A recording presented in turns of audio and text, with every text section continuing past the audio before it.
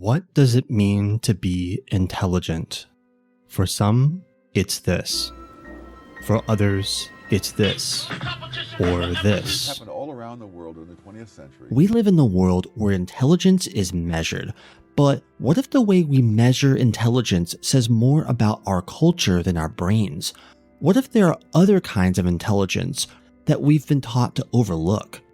In this video, we'll discover how two different ways of thinking have shaped what we call smart. First, a warning. This video will touch on some sensitive issues such as race, culture, and intelligence. If this bothers you, please just do yourself a favor and click off the video. Before we talk about what intelligence means to us now, we have to go far back in time to discover what it meant to other cultures. It was 800 BC, the Homeric age in ancient Greece, the age of heroes and valor. It was an age of epics that were sung by traveling bards to enraptured crowds and courts.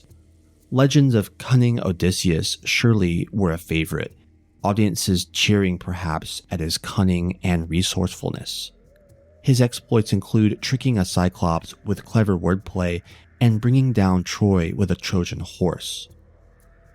Perhaps around the same time, stories were being told in what is now Ghana and the Ivory Coast. People gathered beneath the baobab trees in the evening when the work was done and the heat had faded and listened to the elders tell stories of Anansi the spider.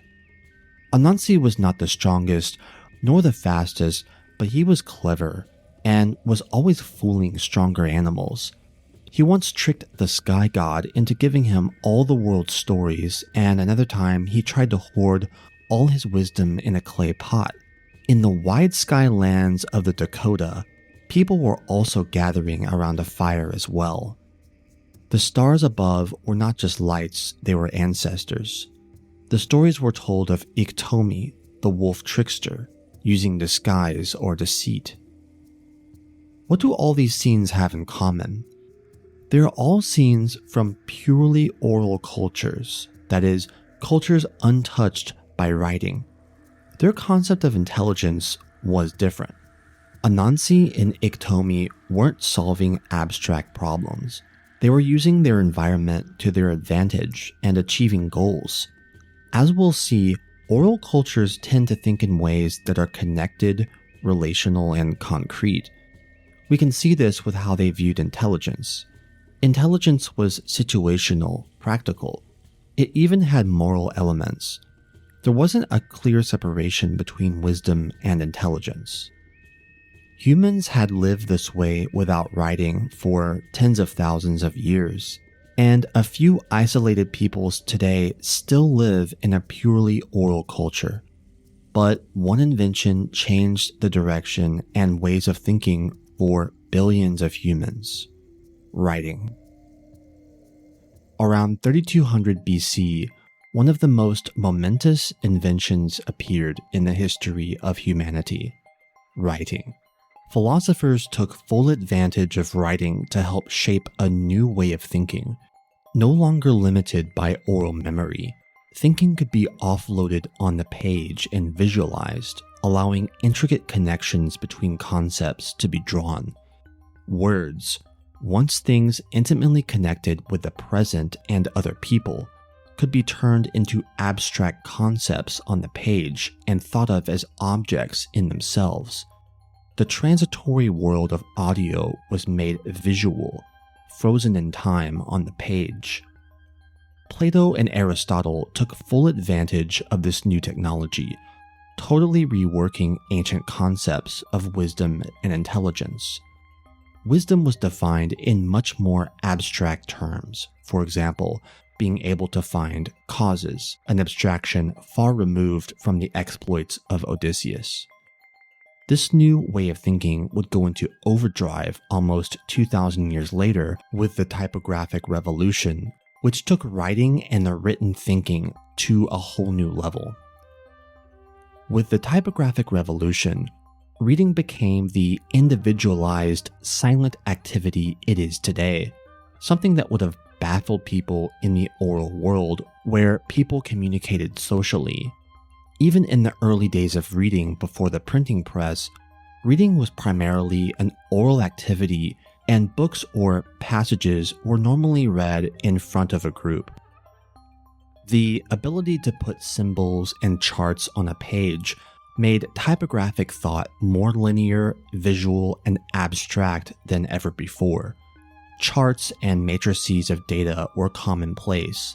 The typographic mind was born and was growing ever distant from the oral way of thinking.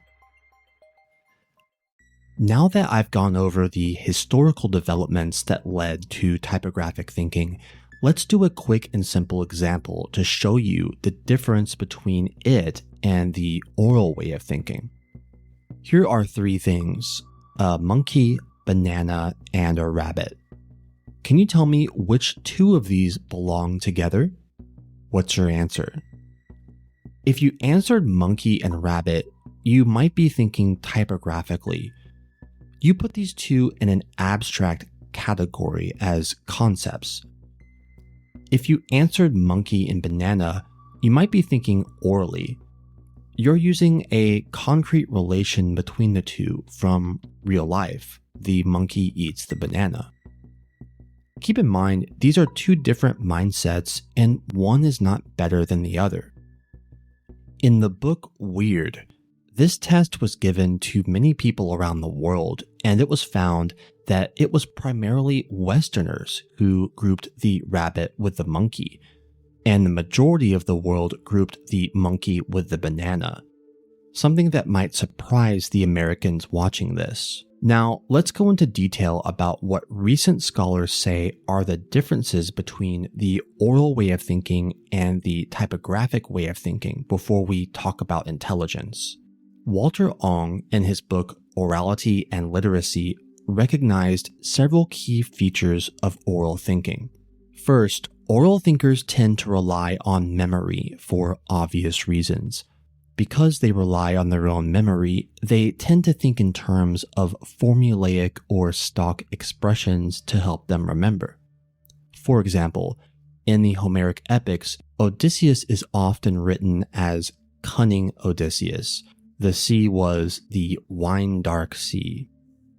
Achilles was swift-footed Achilles, and etc. These conventions helped the bards and the storytellers remember and reassemble characters and ideas, because remember, the Homeric epics were oral stories before they were put down into word. Proverbs also carried crystallized wisdom and an easy-to-remember format that could be passed down orally from generation to generation. These set ideas, like Lego blocks, can be kind of tacked on top of each other and remixed, so to speak. Oral thinkers also rely on community participation, since whatever isn't said or shared is forgotten. A group of sole silent readers in a library would look very bizarre to someone from a purely oral culture. Oral culture is also much more impromptu or on the fly compared to the written word, with the focus being put on the present. Also, oral cultures tend to think in concrete terms and personal experience, like the monkey and banana problem. Purely oral cultures probably had no words for abstract shapes such as circle. They might call it instead the moon-like shape. They tended not to think in abstract categories, but in practical experience and relationships. The mindset of the written, especially typographic culture, tends to the opposite of the above. Instead of grouping things together into proverbs and stock phrases, written culture tends to break things apart analytically, like a sequence of words in a sentence on a page that can be analyzed and put together part by part visually away from any context whatsoever. Writing spatializes ideas, and the word idea actually comes from the ancient Greek word meaning to see. In an oral culture, however, words are events in time, and difficult to be broken apart and analyzed.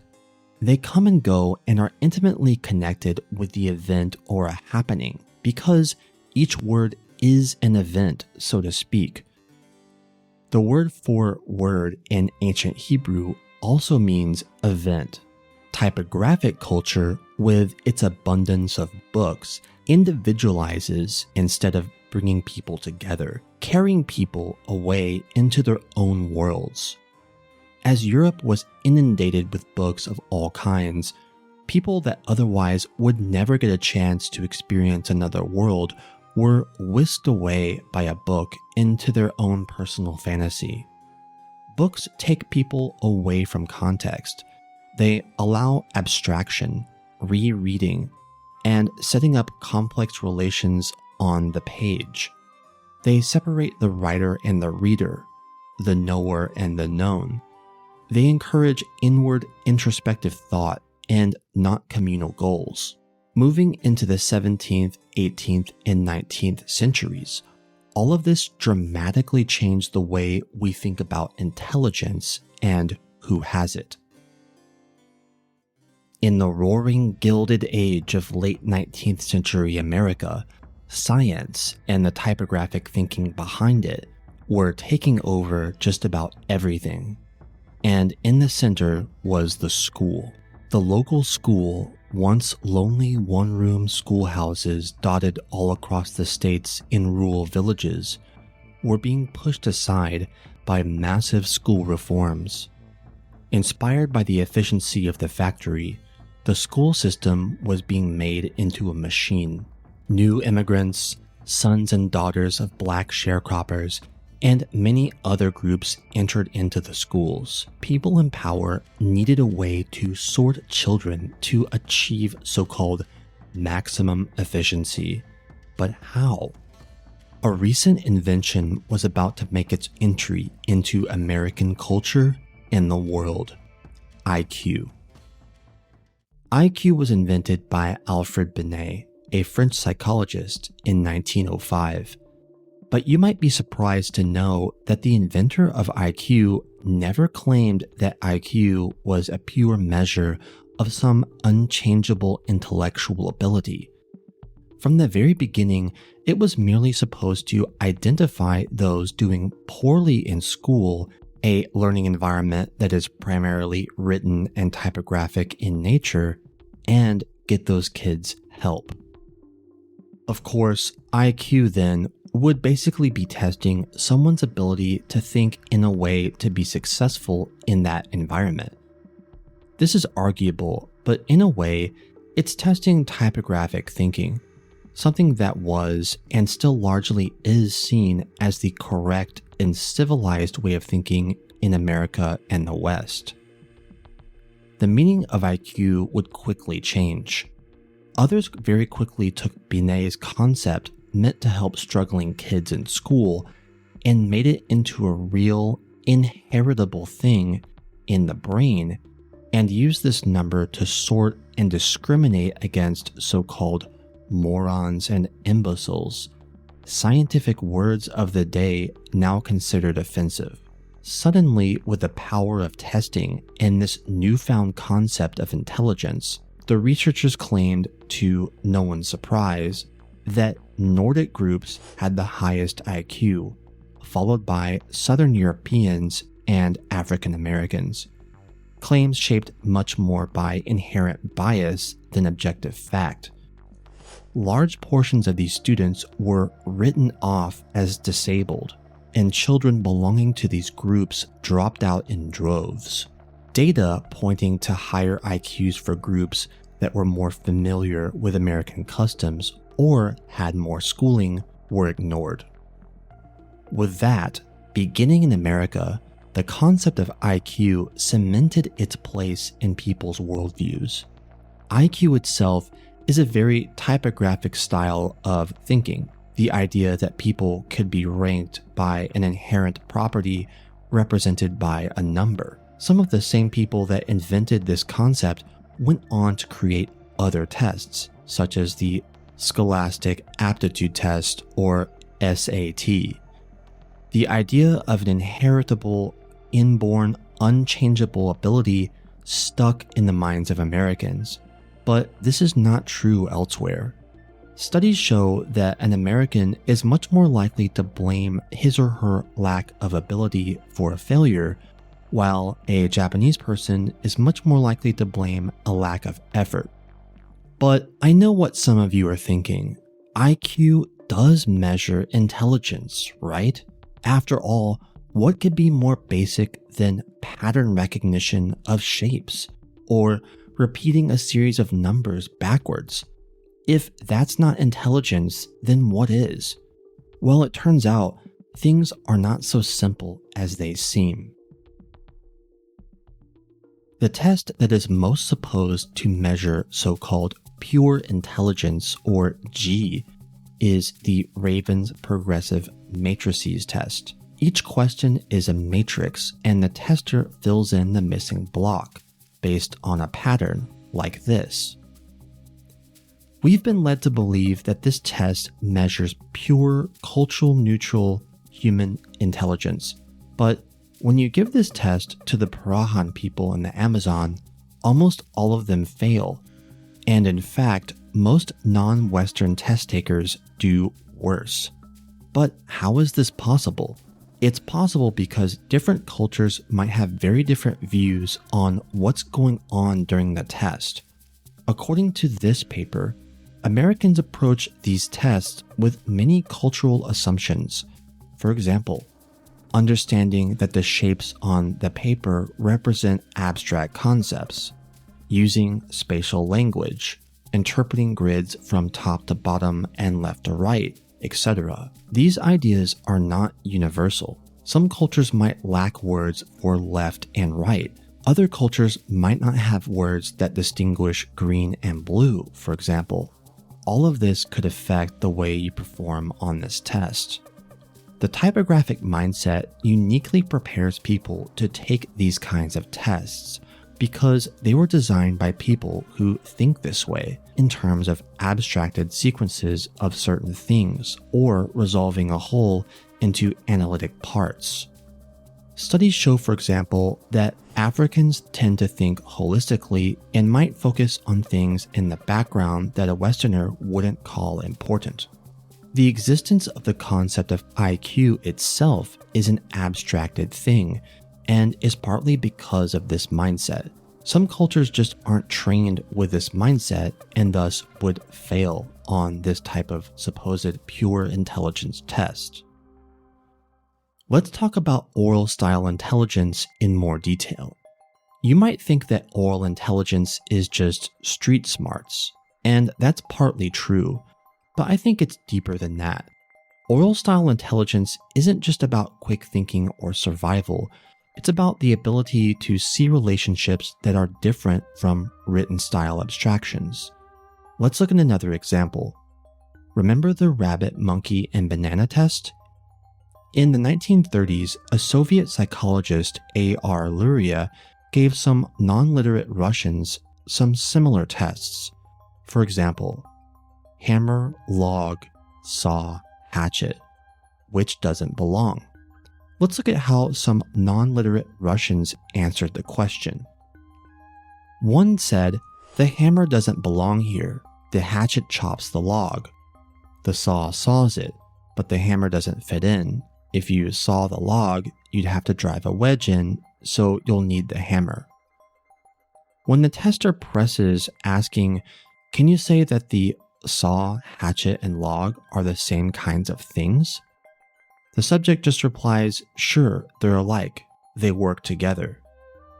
The non-literate Russian might have found the question itself baffling and think that the tester lacks intelligence. It might be bizarre to many cultures to group hammer, saw, and hatchet into an abstract category with no use whatsoever. When faced with a syllogism, another common IQ test question, such as all bears in Siberia are white, there is a bear from Siberia, is it white? The testee often refused to answer, saying, I don't know, I've never been there. To the testee, this question might seem nonsensical or like some kind of strange game. Needless to say, this perfectly intelligent person would fail an IQ test. Given the above, it's no mystery why IQ scores have risen throughout the world in recent decades, a phenomenon called the Flynn effect. The explanation is simple. People have learned the schoolroom typographic style of thinking. Remember, intelligence in an oral culture is purposeful, situational, and impromptu. The trickster animals come up with clever ways to solve specific problems. Instead of being able to categorize words, a bard might want to quickly put together a story about Iktomi or Hercules that is suitable for the audience in front of them or conveys the right message for the occasion. African American culture has some great examples of these types of skills.